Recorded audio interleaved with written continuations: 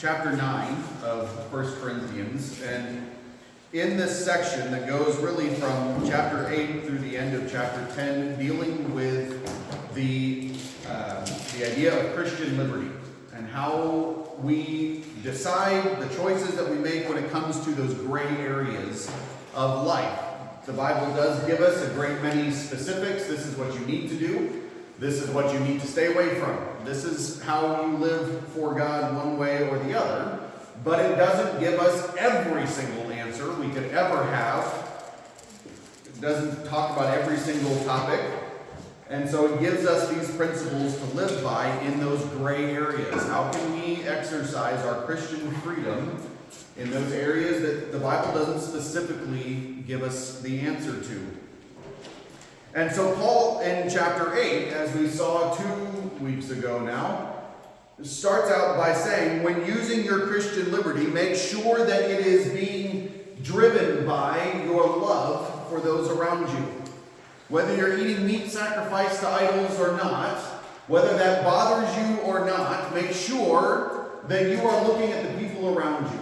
Are you being a hindrance to them? Are you, as he says in verse 11 there, through your knowledge, the one who is weak is ruined, the brother for whose sake Christ died. And by sinning against the brethren, wounding their conscience when it is weak, you sin against Christ. So Paul is laying out this principle that our Christian liberty needs to be governed by our love. So we looked at last week a little bit of how we also come to understand these things. We need to have that knowledge, as he talked about at the beginning of chapter 8. We need to know about the topic at hand. We need to understand what is there. What's behind the idol in the case of eating meat sacrificed to idols. We need to make sure, though, that we're not being arrogant in that knowledge. That we're not lording it over those around us, feeling like, oh, I'm such a good and mature Christian that this doesn't bother me, and poor you, you're still dealing with this thing. But instead, looking to build up our brothers and sisters in Christ. Be an example for them, maybe, but to love them, to build them up in their faith. That is the purpose, that is the goal of our Christian liberty. Yes, to enjoy the things that God has given to us, to enjoy the world around us, to make sure we can navigate those gray areas, but to do so with love. Because as he says in verse 13, we must be willing even to give up those rights. Therefore, if food causes my brother to stumble, I will never eat meat again, so that I will not cause my brother to stumble. That's really the governing point of this first half of chapter 9. I'm willing to give up my rights to love those around me. I'm willing to give up those things that God has said, yes, you can enjoy, if it means being an example or living out the gospel, loving those around us. Paul uses a very poignant example of his own life, that he lived one of the rights that he gave up before the Corinthian church, something that he very much did, that they can point to, that they watched him do. A right that he had, in this case, his right to eat. His right to be supported by the church. And so he is saying here in chapter 9, I want you to see a right that I gave up. A right that I had, that I could even expect. But that I gave up out of love for you, to be a witness to you, to be an example of the gospel, and to help you grow in your faith. And so this first half of chapter 9 is about supporting the man of God. That's what Paul is talking about, laying out really an argument for why Paul had a right to be supported financially by the Corinthian church while he served them. And in doing so, gives us a clear picture of why the church should be supporting the man of God. Whether that's the pastor who serves every week, or the missionary that is going out to some foreign place, or maybe the apologist who defends the faith. There are lots of different people who serve the gospel, who spend all of their time in a thing that doesn't exactly bring in a ton of money. It's a service that doesn't usually get paid for, preaching the gospel. Now, I realize that this can be a very touchy subject for many people, especially when we see the manipulation and the excesses of the televangelists that are out there. As I was thinking through this, the picture of Kenneth Copeland, if you've ever seen that little video of him leaning over the top of his car talking to the reporter about how, that God made that jet so cheap I just had to buy it. It just was flowing through my mind. It's a very common thing, yes. Whenever people talk about money in the church, so many people's mind immediately goes to that sort of thing. And it is a horrible abuse of this principle that we're going to talk about this morning. There is just that idea that somebody sits down in church and they hear the pastor talking about money, and yep, of course, that's it. That's all they want is your money.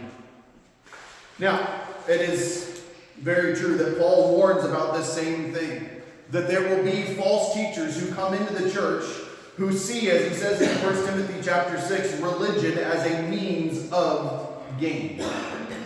And we need to be mindful of that. But because somebody abuses this principle or this truth doesn't mean that it is somehow wrong. Some people are very touchy about this subject because there are a lot of unbiblical demands or requirements that may have been placed on them or loved ones in the past. Those people who are churches that may live out this idea that if you don't give your tithe, if you don't give your 10%, then we're going to call you out. We're going to kick you off the membership rolls. And they make very clear this is how much everybody is giving. And instead of being a loving part of what I can do as a member to serve the church, it becomes a requirement that seems to be a tool or even a weapon. Or it can be an idea of wanting to keep the preacher humble. This is a common mindset for people in the church, especially in our country. This idea that the preacher is supposed to be humble, so he shouldn't make much money. We need to keep him, we need to help him to go through this. Or it may be that they come from a tradition or a denomination that don't pay pastors at all. There are several out there. That because of all of the excesses, because of all of the problems, because of, as you go through Europe especially, you see the grand cathedrals and the vast amount of money that got poured into the church and the excesses of the bishops and the cardinals as things go up. Those traditions built up this idea, no, we keep that away at all. And so we don't even pay pastors. Now, you all know this isn't exactly an exciting topic for me, and I'm going over it not because it's something I want to hound on, but because Paul's talking about it. And that's one of the great things about going verse by verse, is I just get to say, well, God planned it out. This wasn't my choice. But I also want to make clear that I am very happy where our church is, and that this, I feel very blessed and cared for by the generosity of our church. So this is in no way a condemnation or me trying to figure out how to get a raise. I know where we're at, but I think it's important that we look through this. And I also think it's important as we are looking at the church at large, the attitude that people so often have when it comes to paying the minister or supporting the missionary. And so I know that some of these comments may end up seeming self-serving, and there's nothing I can do about that. So we'll just have to move through that. But I can promise you that this isn't about me, because I feel very blessed by our church. But again, I also think it's important to see that this doesn't just apply to me. It doesn't just apply to the pastor. There are many who serve the church, many who serve the gospel, many who are called to full-time ministry, and this applies to them just as much, whether it be pastors or missionaries or evangelists or apologists or those who serve in those kind of parachurch organizations, things like the camp, the Christian camp, like Victory Center Bible Camp or something like that, or in a seminary, training men to be pastors, recognizing that all of these people earn their living by the gospel. In different forms, yes, but to that same purpose. So let's read our passage this morning as Paul is talking about the use of, or more to the point, the limiting of his own Christian liberty, but specifically talking about the right or the responsibility of the church to pay, to support financially the man of God. So with that, let's read 1 Corinthians chapter 9, and we're looking down through verse 14 this morning. Am I not free? Am I not an apostle? Have I not seen Jesus our Lord? Are you not my work in the Lord? If to others I am not an apostle, at least I am to you, for you are the seal of my apostleship in the Lord. My defense to those who examine me is this: do we not have a right to eat and drink? Do we not have a right to take along a believing wife, even as the rest of the apostles and the brothers of the Lord and Cephas? Or do only Barnabas and I not have the right to refrain from working? Who at any time serves as a soldier at his own expense? Who plants a vineyard and does not eat the fruit of it? Or who tends a flock and does not use the milk of the flock? I am not speaking these things according to human judgment, am I? Or does not the law also say these things? For it is written in the law of Moses, you shall not muzzle the ox while he is threshing. God is not concerned about the oxen, is he? Or is he speaking altogether for our sake? Yes, for our sake it was written, because the plowman ought to plow in hope, and the thresher to thresh in hope for sharing of the crops. If we sowed spiritual things in you, is it not much if we reap material things from you? If others share the right over you, do we not more? Nevertheless, we did not use this right, but we endure all things so that we will cause no hindrance to the gospel of Christ. Do you not know that those who perform sacred services eat the food of the temple, and those who attend regularly to the altar have their share from the altar? So also the Lord directed those who proclaim the gospel to get their living from the gospel. So, as I have been laying out here, the focus of this morning is this simple truth that God has called his people to financially support those who are called to his full-time service. And they should do so with generosity and with love. Paul is laying out, as I mentioned, this limiting of his liberty. And we'll get to that next week. We see even the picture of it there in verse 12. That even though he had this right, he chose not to use it. And we'll see in the next couple of weeks, as we continue on in chapter 9, what he was willing to do, the length that he was willing to go through in order to preach the gospel, to make sure that it was heard in the right mindset and without any reservations. But at the same time, he's laying out this truth. I have this right, and yet I'm willing to put it aside.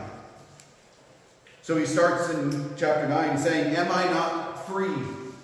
Am I not an apostle? Making the point that I have these rights. They're a part of what I am, about the job that I have. He's laying out really a defense for his apostleship.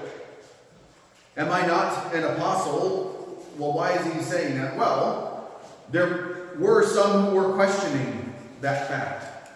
Is Paul really an apostle? He wasn't with Jesus. He wasn't one of the early disciples that followed him throughout his ministry. And so, does he really get to claim these sorts of things? Now, Paul makes a defense for his apostleship. He points to the fact that he has seen the Lord Jesus. And in Acts chapter 1, when the 12 or the 11 were looking to replace Judas, they set out some parameters. One, that it was someone who had followed Christ, someone who had seen the risen Lord, and had been commissioned by him. And Paul says, I fit these things.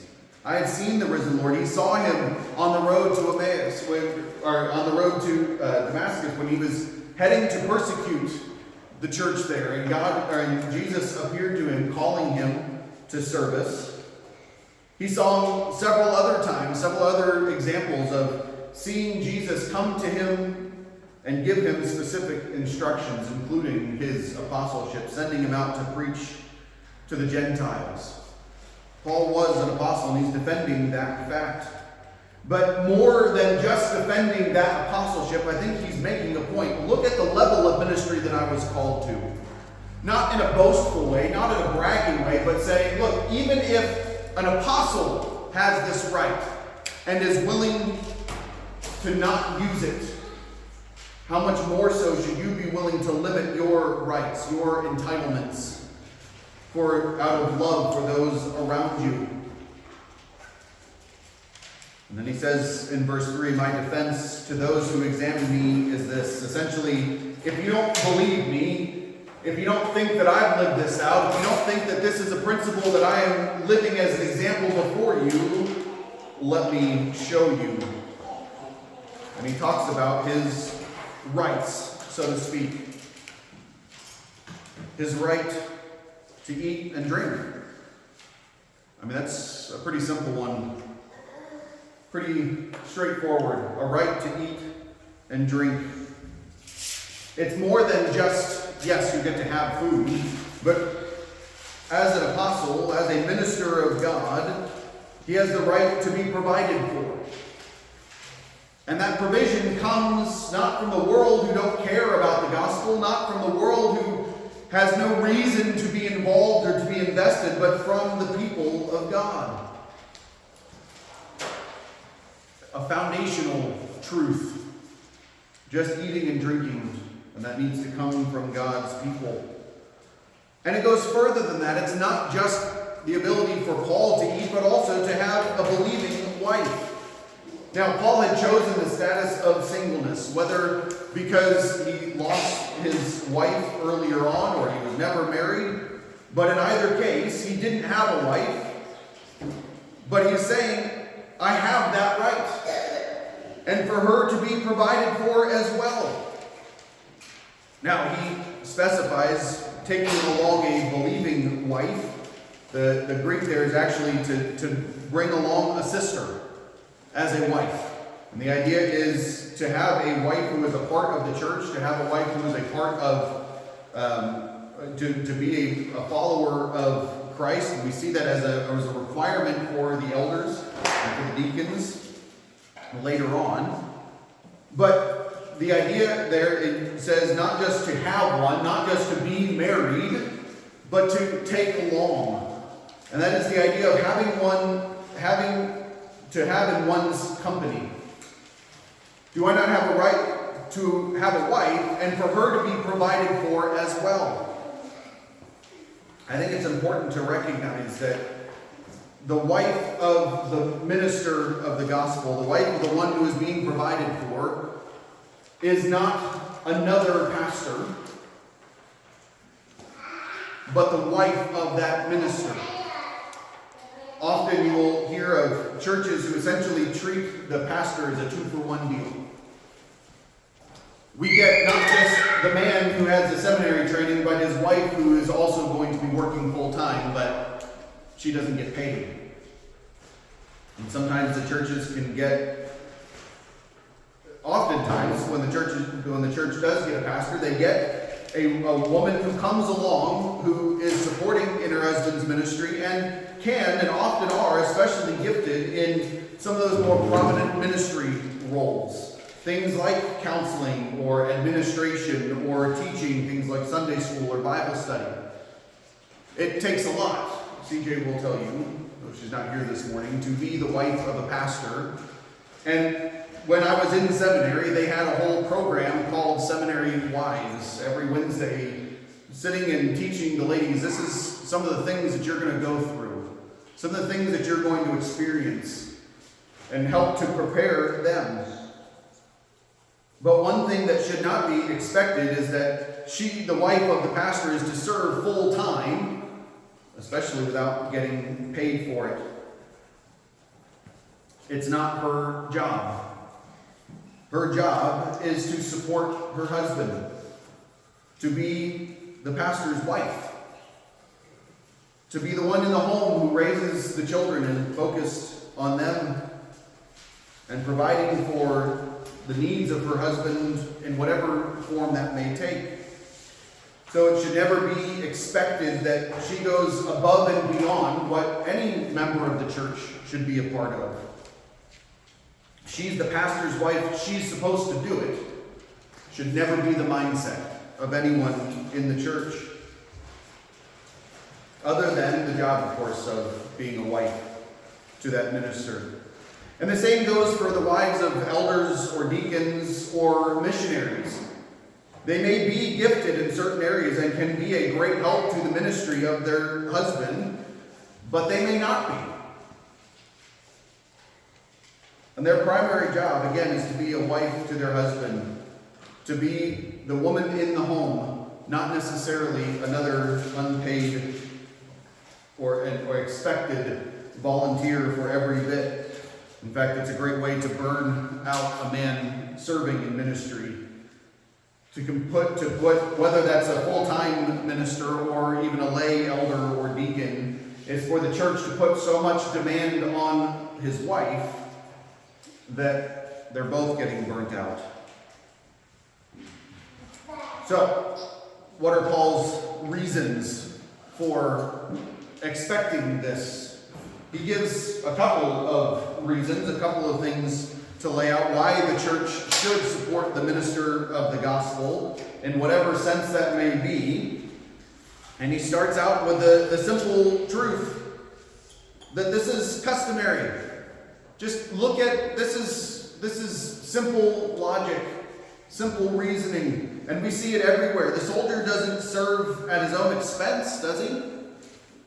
When a king calls his men to serve in war, they may have to bring some of their own equipment with them, sure, but they can expect to be provided for while serving, to get paid, to have their food provided for them, the material of war provided for them. And especially in the Roman system, as it was very prominent. Of course, Corinth at this time was far more a Roman city than it was a Greek one. They would know that one of the parts of being a Roman soldier was to expect that pay, and also to expect the government to provide retirement for them in the form of land or further bigger payments when they retired. But then it goes on, the farmer eats of their farm. The things that they grow, that they produce, they should be able to eat from that. Or the shepherd drinking the milk of the flock. These are not just their wages, but in a sense, perks. If you're going to be working for someone, you get paid, but you often get to share in the profit or the perks of that thing that you're serving. We just got to do this last week as we were at my parents' place. My dad runs a Christian youth camp. And one of the perks was that as the whole Nelson clan got together, we got to use the camp. We got to be there. We got to use some of the fun activities like the gym and the inflatables to play on. We also got to use one of the lodges just to fit all of us because there were so many. And we didn't have to pay for it. This is a perk of the job, part of what they can expect because of that ministry. And the same is true across the board. That someone serving in that job should receive some of the perks of being in that occupation, on top of being paid for their service. In verses 8 to 11, Paul lays out the clear truth that this is also God's law. This has been the way that it should be from the beginning. He quotes from the law of Moses from Deuteronomy chapter 25, verse 4, "You shall not muzzle the ox while he is threshing." He's using a very visual picture here. What would happen is that as they were breaking up the kernels of the grain, there would be an ox that would drag a very heavy stone over top of the kernels, and they were required by God's law not to muzzle the ox, not to keep them from eating. If this animal is doing this hard and heavy labor, then they get to have some of the perks of it. Every once in a while, get to lean down and take a bite of all the grain that they're working on in that sense. But God is not concerned about the oxen, is he? Now, of course, God does care about the animals, but the idea of this is not an animal cruelty law, but about relationships between people. In fact, if you look at Deuteronomy chapter 24 and 25, the whole section is about relationships between people, especially those uneven relationships. The employer and employee, the slave and his master, or the foreigners as they come into the land, the travelers as they come through. Just a few verses before, in chapter 24, he says to employers, "You shall not oppress a hired servant who is poor and needy, whether he is one of your countrymen or one of the aliens who is in your land or in your town. You shall give him his wages on his day before the sun sets, for he is poor and his heart is set on it." This is one of those ideas here. The poor needs the day's wages to buy food on the way home. So you don't hold it for the end of the day. You don't hold it till the end of the week. You don't hold it till the end of the month. If he needs his money, if he's earned it from you, then you pay him. And the picture of not muzzling the ox is that very same idea. If he's serving, he should get paid for it. Then he should receive the support that is due. That's how things work.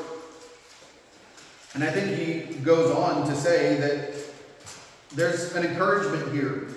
In verse 10, he is speaking altogether for our sake. Yes, for our sake it was written, because the plowman ought to plow in hope. The thresher ought to thresh in hope for the sharing of the crops. It's a good idea to give that bonus, to give that perk to your employee.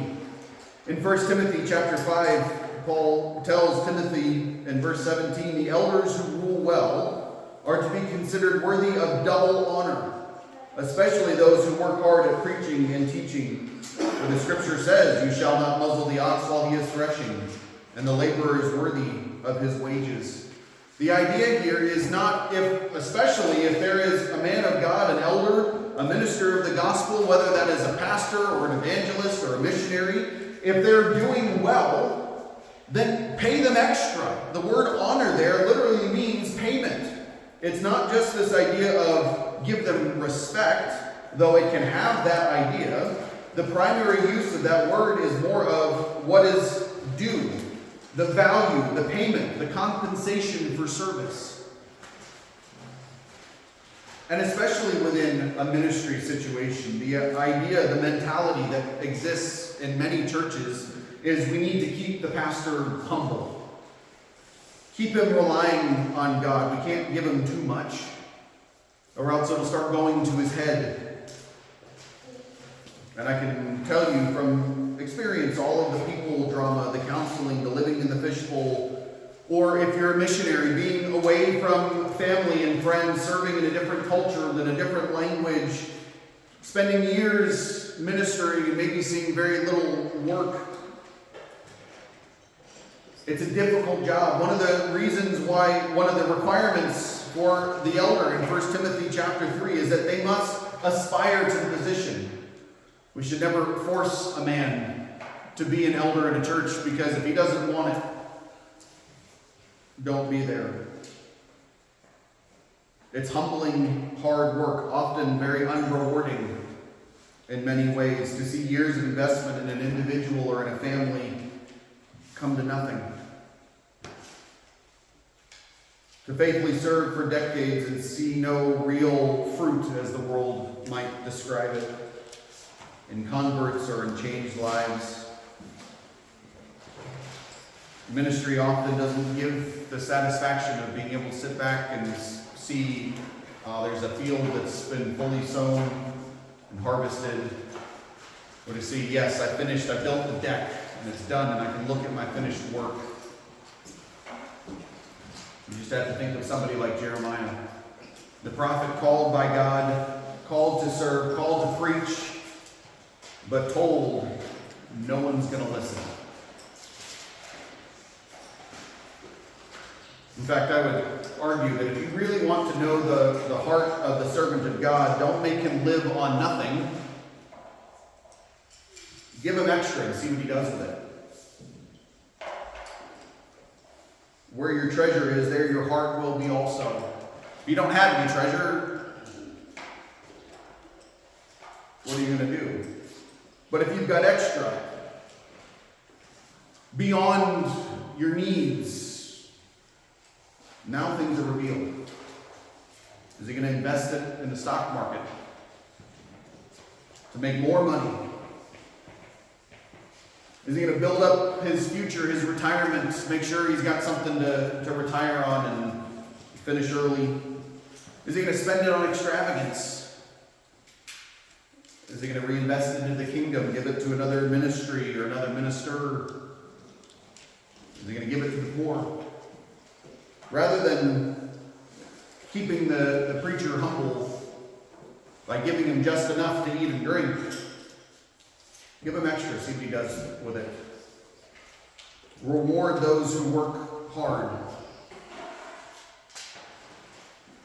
We also see in verse 13, this is the general pattern. This is how things work, not just in Corinth, but all over the place.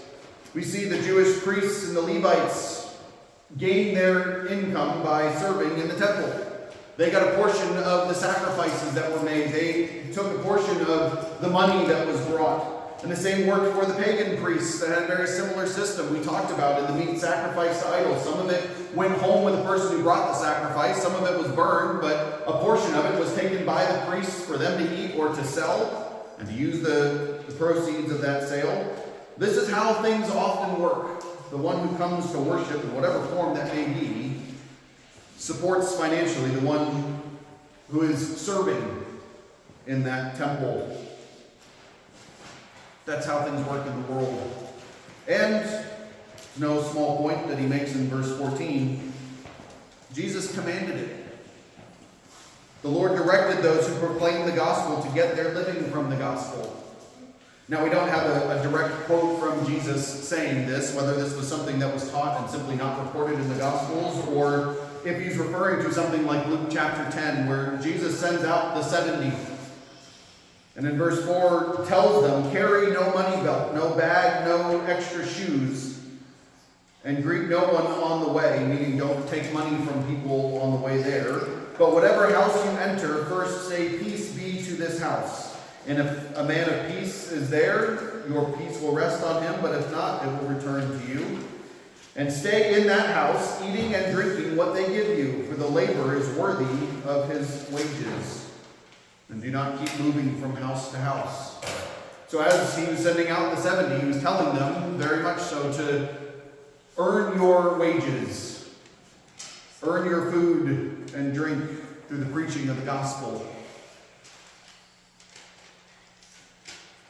So my first question for us this morning to think about is, why might some people be hesitant to financially support those who proclaim the gospel?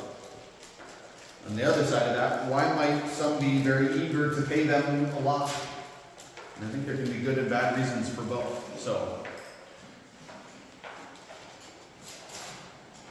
what are some of those reasons behind either paying or not wanting to pay?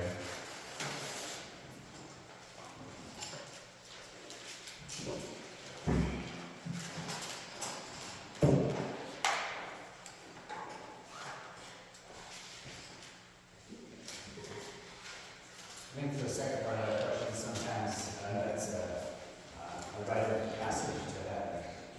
People use that as the prosperity gospel. Okay. Yeah, absolutely. They want to give because they've got this idea, if I give enough money, then I'm going to get more grace out of it. And the sow a seed sort of thing. It's a transaction. Yep, it's a transaction.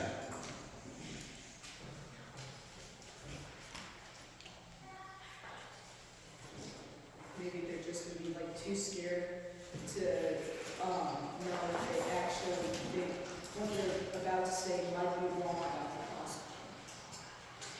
Maybe.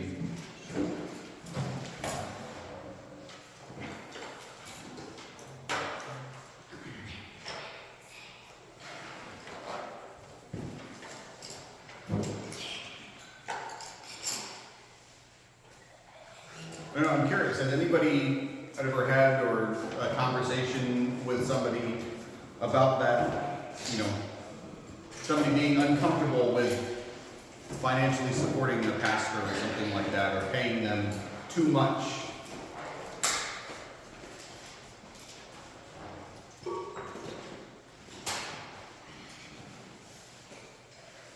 Coming out of a background where people historically didn't have a whole lot, the idea of we have to be frugal, and that frugality extended to absolutely everything, it's the, we can get older, we have these two choices of church carpet because these are the cheapest ones. Mhm. And, we can only pay the pastor so much because we don't want him to have more than we do. And yet, I think,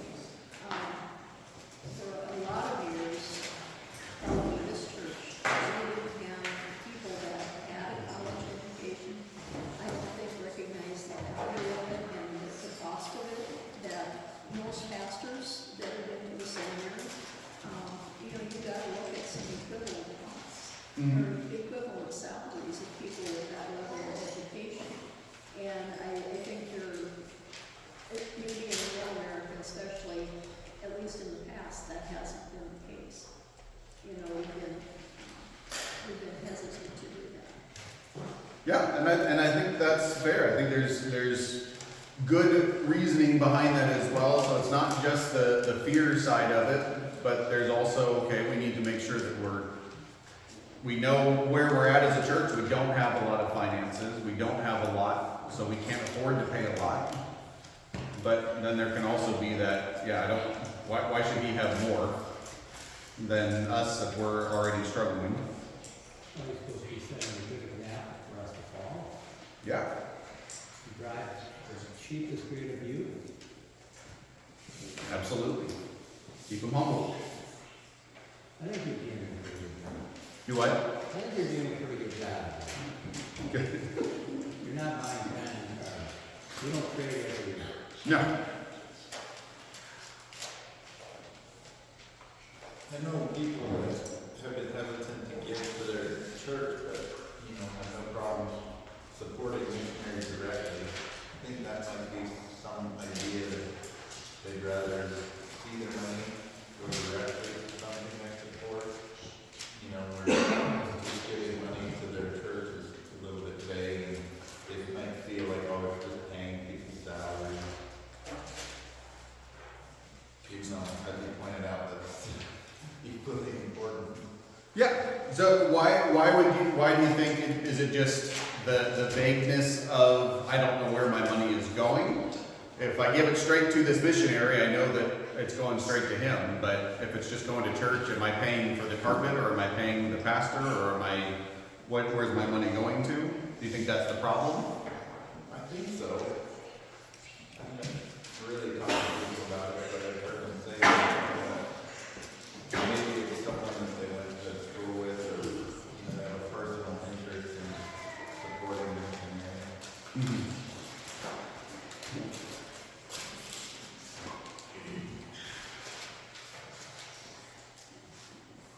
It occurred to me this is a little bit off topic, but it occurred to me yesterday as I was watching and listening to SKC football game. 12 degrees and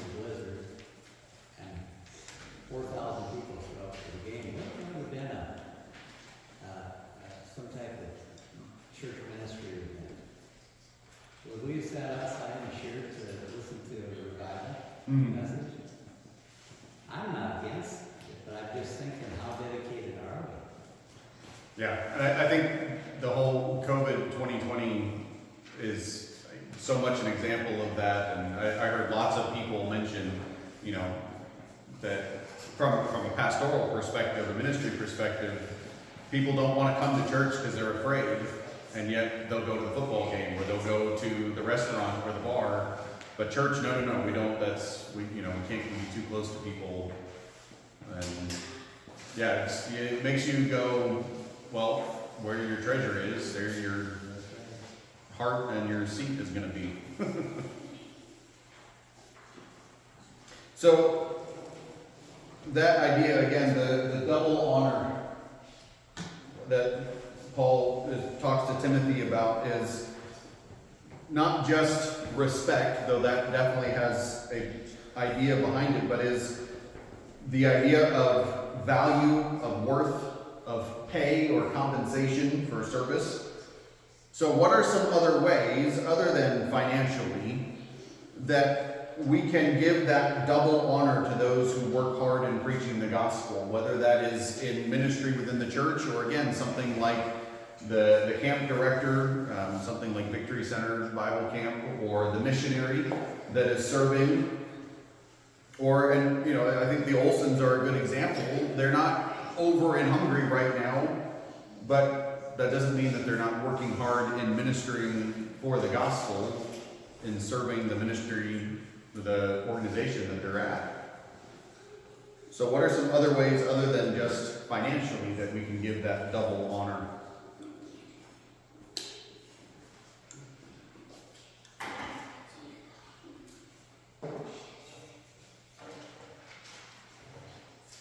We can speak positively about the ministry and what's happening. It's like, Pastor had a really good sermon on Sunday. Or I learned something that I didn't know before. And just talk about what you're getting out of the ministry. Yeah, absolutely. Just even those positive comments as you're talking about it in the community, telling people about the very positive aspects of that ministry or that minister.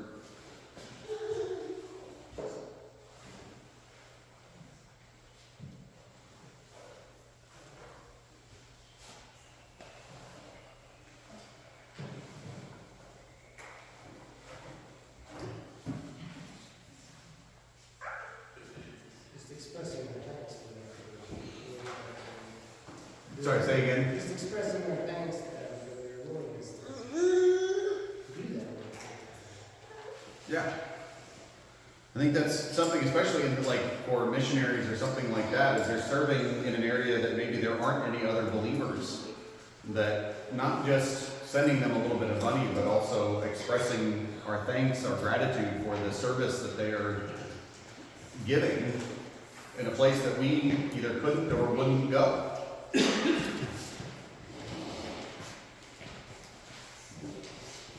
think it's important to recognize just how much serving full-time ministry takes out of a person, and the responsibility of the people of God to support those who spend their life serving the gospel.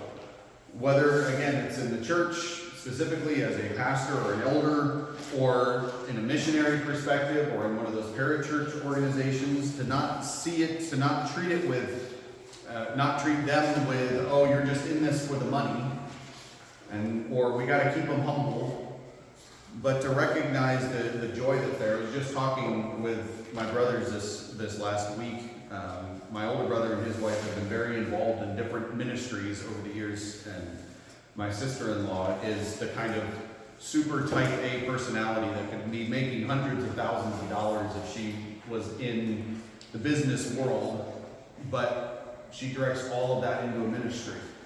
And how difficult it can be in those sort of situations, because you need people like that to really drive things. You need people of excellence, but if you're really that good, then you're going to go make real money doing it. And so that kind of giving that double honor, giving that recognition not just financially, but in so many other ways, to those people who spend so much time and so much effort in especially the service of the gospel. So I think the biggest challenge of some of us, including this church body, is the need is so great. The financial need is so great. How do you pick and choose? I think that for us, Garnet, that is our challenge.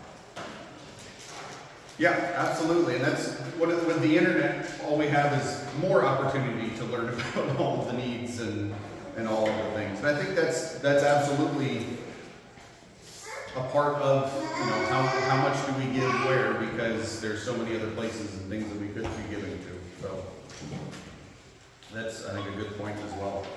All right, well, let's pray and then we'll close our time